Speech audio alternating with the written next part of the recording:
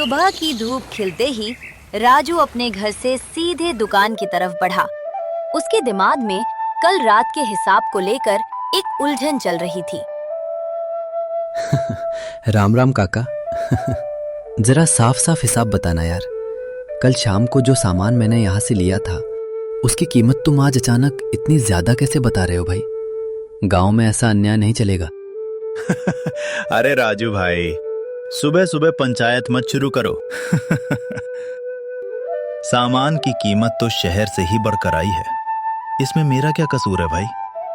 लेना है तो लो, वरना पीछे देखो, तुम्हारी वजह से पूरी सड़क पर भीड़ जमा हो रही है। काका की बात सुनकर राजू गुस्से में वहां से हट गया। उसने ठान लिया था कि वो अब सीधे बड़े बुजुर्गों के सामने जाकर ही इस बात का फैसला करवाएगा। राजू तेज कदमों से आगे बढ़ रहा था।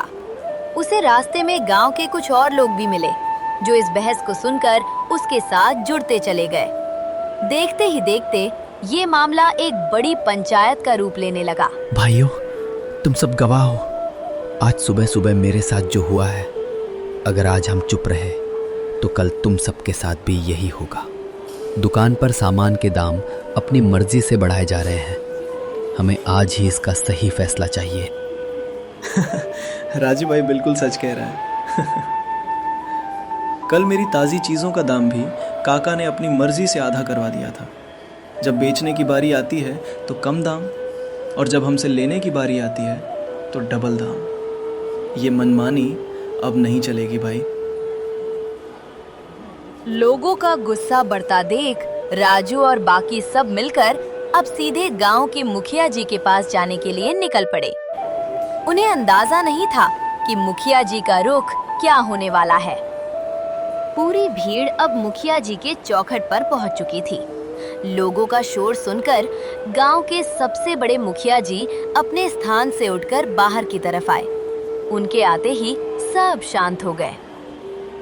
क्या तमाशा लगा रखा है तुम सबने यहाँ सुबह सुबह? पूरा रास्ता जाम करके चिल्ला रहे हो। राजू, तुम तो समझदार लड़के हो। इस तरह पूरी भीड़ को यहाँ लेकर आने का क्या मतलब है भाई? साफ साफ बताओ, बात क्या है? मुखिया जी, हम आपका हुक्म टालने नहीं आए हैं। बात ही कुछ ऐसी है।